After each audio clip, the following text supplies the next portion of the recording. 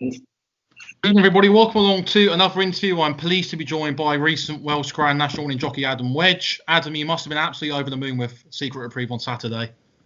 Yeah, it was fantastic and a fantastic end to the day. Yeah, no, it was brilliant. But looking at the start of the day, it was a difficult day on the whole before the Welsh National. Obviously, Esprit de Large took a terrible tumble at the last when it looked like he was running a nice race again. He'd obviously been a bit unlucky this season. I think he fell at Exeter and disappointed at Carlisle. So he must have been pleased, apart from the fall, that he ran quite well again. Yeah, very, very pleased with how he ran. It's just a shame that he ended up on the floor. Things just haven't gone his way this season, but hopefully he can get back on track soon. And how's Climb been again? It was it seemed like a difficult fall. He sort of knuckled on landing and went over in stages. But how's he been? Yeah, he seems fine. Look, he's run a couple of good races. It's hard work for him at the top end of his handicap mark now, but again, he's showing no signs of going backwards. He was second at Haydock the last day, and he was running a good race in Chepstow again. So hopefully he can get back in the winners' enclosure soon enough. Before the Welsh National, did you think it was going to be a case of it was going to be one of those days where we've seen him racing before, where it can happen? And did you think it was going to be one of these days again? Yeah, it's always in the back of your mind when you have a couple of falls like that. You're like, oh, geez, it's not today, it's not happening. But I think you've got to go out there at the start of every race and ride as if it's a clean slate. You can't be thinking about what's happened earlier in the day, and thank God things did change around. I mean, looking at the Welsh National, Secret Reprieve, he was a good winner of the trial last time out. There were slight concerns over the trip. The trial's 3 miles, and this is over 3 miles 6, I think it was. Did you speak to James Byrne after the trial to see how well he'd come out of that race? Yeah, I spoke to James before and after, and me and Evan had every faith that he would stay the trip. You know, it is a bit of an unknown, but he showed all the right signs at home and in his races before that the trip shouldn't be an issue, and he went to prove us right. Was the abandonment on the day after Boxing Day, was that a slight concern, or did it just give you a little bit more time to just run over a few things and get him in peak condition for Saturday? Yeah, look, yeah, he was in A1 condition for the 27th, and Evan done a fantastic job to keep him in A1 condition for the 9th of January. You know, credit to Evan to keep him in such good form, considering we were postponed a little bit. And looking at the race itself, what was the game plan? Was it to sort of drop in and just sort of hunt your way around in the hope that he would say the trip turning for home? Yeah, it's a funny old race. You can't give too much ground away. They always go a good gallop down to the first fence, and you almost have to line up just to try and make sure you get a position. And the plan was try and be behind the leaders in a nice little pocket somewhere, and I was able to find that. So that was very good, and he's jumping, and he travelled very well through the race, which helped me everywhere just to keep a position and just creep my way closer and closer as I needed to. So turning for home, the two amigos sort of in front of you. Was there always the confidence that you could have got by him? He's quite a tough cookie. He was 12 lengths behind during the trial, but he's a known star. He stays the trip quite well. So was there the concern that he might have been there and you might have been difficult to get past? Yeah, look, obviously turning into the home straight, we're going into unknown territory. Do we stay or do we not? But the horse gave me every confidence underneath me that he had plenty of petrol left in the tank, and he went and proved that. It seemed a little bit of a strange sort of scenario with the girth underneath the saddle. It sort of did it snap or something like that? It seemed quite a difficult scenario, and it could have gone the other way and gone a slightly pear-shaped. And in a way, I suppose you're quite fortunate that all the saddle and the tack all stayed together, because it could have been a horrible disaster if that had fallen off before the line. Yeah, thank God everything stayed in place, and thank God for the overgirth. The girth had snapped, so we were lucky that it all stayed in place. I was aware that the saddle had slipped back. I wasn't aware that the girth had snapped. But thank God that everything stayed where it was, and it was all good.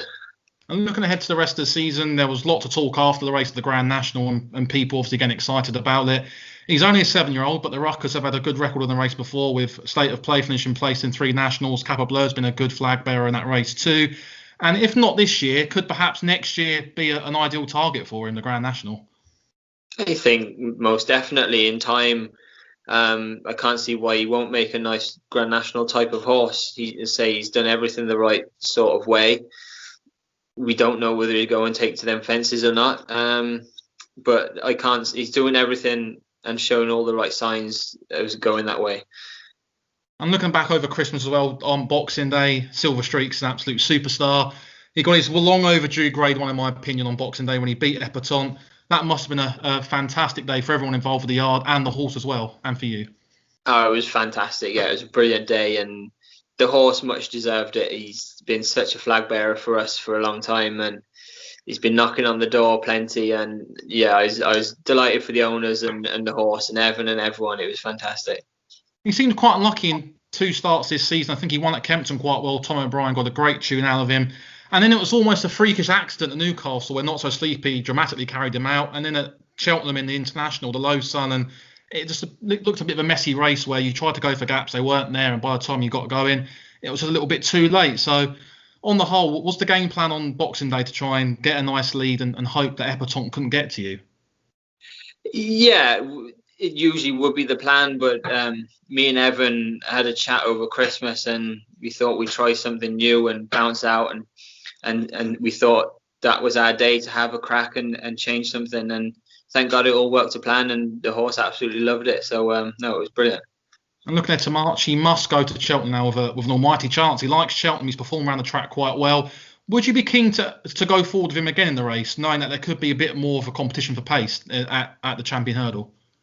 I don't think he's got to make the running, but I think it's proved that we can ride him good and handy now without, in his younger days, he used to be very keen, and we had to drop him in and make sure that we switched off to get that finishing pace. But I think now it's proved that we can ride him good and handy and see where we go from there. And sticking with the Christmas racing, he rode Stargate in the Challow Hurdle over Christmas. He's been quite an impressive horse. He was very good at Chepstow on debut when he beat Everglow quite comfortably. He's quite a useful horse to Philip Hobbs's. What did you make of the run in the Challow Hurdle behind Brave Man's Game, who looks an absolute monster for Paul Nicholls? Yeah, look, I was delighted with the run. Second in a Grade 1, beaten by a horse that Paul Nicholls is comparing to Denman. I don't think it's a bad thing at all. We were a younger horse going against an older horse. I think that's just done the edge on us this year, but I think he's a proper horse going forward.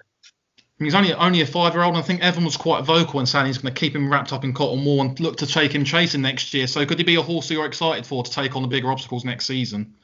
Oh, most definitely. Yeah, I look forward to riding him wherever he goes. And looking, also sticking with the Cheltenham contenders possibly, Cool Cody was the Paddy Power Gold Cup winner. What did you make of his run in the Caspian Caviar? He finished 6th. It looked quite a tough race on sort of difficult ground that day. Yeah, the ground was probably a bit more holding than it was than in the Paddy Power, and he still ran a fantastic race. Only finishing upsides Master Tommy Tucker, who's come out and won since. It's still very good form, and I think if there was a bit more ease in the ground that day, he'd have been a lot closer again. Would something like the plate at Cheltenham, I think it's over 2 mile 4, I think the plate, would that be sort of an ideal target for him? Maybe a fastly rung handicap at Cheltenham, which could play to his strengths if he were to get into a good rhythm? Yeah. Look, that would be ideal for him. I think that's the plan going forward now, that he'll be going there and he'll be in with a good shout. And just fine to conclude with, Bold Plan looks a very exciting horse too. He took a big scalp in the big breakaway at Exeter, where Sean Bowen gave him a cracking ride. He showed a good turn of foot that day as well. So he must be another horse who's a very exciting type to look forward to in the second half of this season. Oh, most definitely, yeah. We're looking forward to getting on him again. And so he took a big step forward in Exeter, and hopefully he can go on and do better things again. And just fine to conclude with, how are you faring? How are you after your injuries? I think you're taking the week off or so on Sky Sports this week. Are you coming back Saturday, hopefully? Yeah, all being well. Look, I'm going to take a few easy days and going down to Oaksey House and seeing all the physiotherapists there, and I'll take their word for what they tell me to do.